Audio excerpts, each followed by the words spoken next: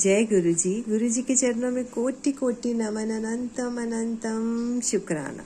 आज है जी 8वां और 9वां नवरात्रा और आज हम करें उमा संहिता का समापन करेंगे और गुरु जी से आज्ञा लेते हैं बड़े प्रेम से।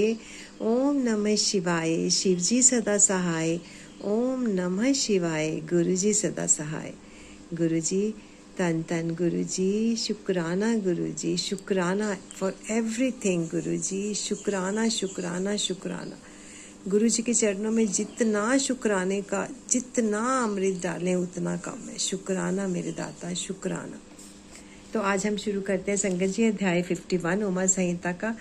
देवी के क्रिया योग का वर्णन, देवी की मूर्ति एवं मंदिर के निर्माण, स्थापन और पूजन का महत्व, परा अम्बा की श्रेष्ठता, विभिन्न मासों और तिथियों में देवी के व्रत, उत्सव और पूजन आदि के फल तथा इस संहिता के श्रवण एवं पाठ की महिमा। व्यास जी बोले, महामते ब्रह्मपुत्र सर्वज्ञ सन्नत कुमार, मैं उमा के परम अद्भुत क्रिया योग का वर्णन सुनना चाहता हूँ। उस क्रिया योग का लक्षण क्या है, उसका अनुष्ठान करने पर किस फल की प्राप्ति होती है तथा जो परा अम्बा उमा को अधिक प्रिय है वह क्रिया योग क्या है, ये सब मुझे बताइए। सन्नत कुमार जी ने कहा, महाबुद्धिमान दैत्यायन, तुम जिस रहस्य की बात पूछ रहे हो वह सब मैं बताता हूँ, ध्यान देकर सुनो। ज्ञान योग, क्रिया योग, भक्ति योग, ये श्री माता जी की उपासना के 3 मार्ग कहे गए हैं जो भोग और मोक्ष देने वाले हैं। चित्त का जो आत्मा के साथ संयोग होता है उसका नाम ज्ञान योग है। उसका बाह्य वस्तुओं के साथ जो संयोग होता है उसे क्रिया योग कहते हैं। देवी के साथ आत्मा की एकता की भावना को भक्ति योग माना गया है। तीनों योगों में जो क्रिया योग है उसका प्रतिपादन किया जाता है। कर्म से भक्ति उत्पन्न होती है, भक्ति से ज्ञान होता है और ज्ञान से मुक्ति होती है, ऐसा शास्त्रों में निश्चय किया गया है। मुनि श्रेष्ठ, मोक्ष का प्रधान कारण योग है, परंतु योग के ध्येय का उत्तम साधन क्रिया योग है। प्रकृति को माया जाने और सनातन ब्रह्म को मायावी अथवा माया का स्वामी समझे। उन दोनों के स्वरूप को एक दूसरे से अभिन्न जानकर मनुष्य संसार बंधन से मुक्त हो जाता है। काली नंदन, जो मनुष्य देवी के लिए पत्थर, लकड़ी अथवा मिट्टी का मंदिर बनाता है उसके पुण्य फल का वर्णन सुनो। प्रतिदिन योग के द्वारा आराधना करने वाले को जिस महान फल की प्राप्ति होती है वह सारा फल उस पुरुष को मिल जाता है। जो देवी के लिए मंदिर बनवाता है, श्री माता का मंदिर बनवाने वाला धर्मात्मा पुरुष अपनी पहले बीती हुई तथा आगे आने वाली हजार हजार पीढ़ियों का उद्धार कर देता है। करोड़ों जन्मों में किए हुए थोड़े या बहुत जो पाप शेष रहते हैं वे श्री माता के मंदिर का निर्माण आरंभ करते ही क्षण भर में नष्ट हो जाते हैं। जैसे नदियों में गंगा, संपूर्ण नदों में शोणभद्र, क्षमा में पृथ्वी, गहराई में समुद्र, समस्त ग्रहों में सूर्य देव का विशेष स्थान है, उसी प्रकार समस्त देवताओं में श्री परा अम्बे श्रेष्ठ मानी गई है। वे समस्त देवताओं में मुख्य है। जो उनके लिए मंदिर बनवाता है वह जन्म जन्म में प्रतिष्ठा पाता है। काशी, कुरुक्षेत्र, प्रयाग, पुष्कर, गंगा सागर तट, नैमिषारण्य, अमरकंटक पर्वत, परम पुण्य में श्री पर्वत, ज्ञान पर्वत, गोकर्ण, मथुरा, अयोध्या और द्वारका इत्यादि पुण्य प्रदेशों में अथवा जिस किसी के स्थान पर माता का मंदिर बनवाने वाला मनुष्य संसार बंधन से मुक्त हो जाता है। मंदिर में ईंटों का जोड़ जब तक या जितने वर्ष रहता है उतने हजार वर्षों तक वह पुरुष मणिद्वीप में प्रतिष्ठित होता है। जो समस्त शुभ लक्षणों से संपन्न उमा की प्रतिमा बनवाता है वह निर्भय हो अवश्य उनके परम धाम में जाता है। शुभ ऋतु, शुभ ग्रह, शुभ नक्षत्र में देवी की मूर्ति की स्थापना करके योग माया के प्रसाद से मनुष्य कृत्य हो जाता है। कल्प के आरंभ से लेकर अंत तक कुल में जितनी पीढ़ियां बीत गई हैं और जितनी आने वाली हैं उन सबको मनुष्य सुंदर देवी मूर्ति की स्थापना करके तार देता है। जो केवल जनो घनी परा अम्बा की शरण लेते हैं उन्हें मनुष्य नहीं मानना चाहिए। वे साक्षात देवी के गण हैं। जो चलते फिरते, सोते जागते अथवा खड़े होते समय उमा इन 2 अक्षर के नाम का उच्चारण करते हैं वे शिवा के ही गण हैं। जो नित्य नैमित्तिक कर्म में पुष्प, धूप और दीपों द्वारा देवी परा शिवा का पूजन करते हैं वे शिवा के धाम में जाते हैं। जो प्रतिदिन गोबर या मिट्टी से देवी के मंदिर को लीपते हैं अथवा उसमें झाड़ू देते हैं वे भी उमा के धाम में जाते हैं। जिन्होंने देवी के परम उत्तम एवं रमणीय मंदिर का निर्माण करवाया है, उनके कुल के लोगों को माता उमा सदा आशीर्वाद देती है। वे कहती हैं, ये लोग मेरे हैं, अतः मुझमें प्रेम के भागी बने रहकर 100 वर्षों तक जिए और इन पर कभी कोई आपत्ति ना आए। इस प्रकार श्री माता रात दिन आशीर्वाद देती हैं। जिसने महादेवी उमा की शुभ मूर्ति का निर्माण कराया है, उसके कुल के 10,000 पीढ़ियों तक के लोग मणिदीप समूह में स्मान पूर्वक रहते हैं। महामाया की मूर्ति को स्थापित करके उसकी भली भांति पूजा करने के पश्चात साधक जिस जिस मनोरथ के लिए प्रार्थना करता है, उसका अवश्य प्राप्त कर लेता है। जो श्री माता की स्थापित की हुई उत्तम मूर्ति को मधु मिश्रित घी से नहलाता है, उसके पुण्य फल की गणना कौन कर सकता है। चंदन, अगुरु, कपूर, जटामासी तथा नागर मोथा आदि से युक्त जल तथा एक रंग की गौओं के दूध से परमेश्वरी को नहलाएं। तत्पश्चात अष्टादशा धूप के द्वारा अग्नि में उत्तम आहुति दे तथा धृत और कर्पूर सहित बत्तियों द्वारा देवी की आरती उतारें। कृष्ण पक्ष की अष्टमी, नवमी, अमावस्या में अथवा शुक्ल पक्ष की पंचमी, दशमी तिथियों में गंध, पुष्प आदि उपचारों द्वारा जगदम्बा की विशेष पूजा करनी चाहिए। रात्रि सूक्त, श्री सूक्त अथवा देवी सूक्त को पढ़ते या मूल मंत्र का जप करते हुए देवी की आराधना करनी चाहिए। विष्णु, कांता और तुलसी को छोड़कर शेष सभी पुष्प देवी के लिए प्रतिकारक जानने चाहिए। कमल का पुष्प उनके लिए विशेष प्रीतिकारक होता है। जो देवी को सोने चांदी के फूल चढ़ाता है, वह करोड़ों सिद्धों से युक्त उनके परम धाम में जाता है। देवी के उपासकों को पूजन के अंत में सदा अपने अपराधों के लिए क्षमा प्रार्थना करनी चाहिए। जगत को आनंद प्रदान करने वाली परमेश्वरी प्रसन्न हो इत्यादि वाक्यों द्वारा स्तुति एवं मंत्र पाठ करता हुआ देवी के भजन में लगा रहने वाला उपासक उनका इस प्रकार ध्यान करे।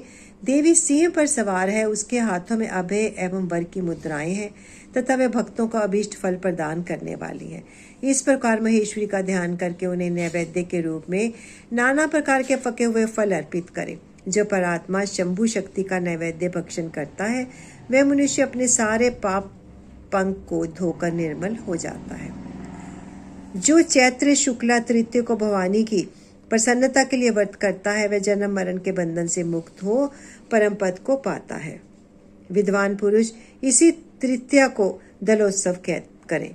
उसमें शंकर सहित जगदम्बा उमा की पूजा करें। फूल, कुकुम, वस्त्र, कपूर, अगुरु, चंदन, धूप, दीप, नैवेद्य, पुष्पहार तथा अन्य गंध द्रव्यों द्वारा शिव सहित सर्व कल्याणकारिणी महामाया महेश्वरी श्री गौरी देवी का पूजन करके उसे झूले में झुलाएं।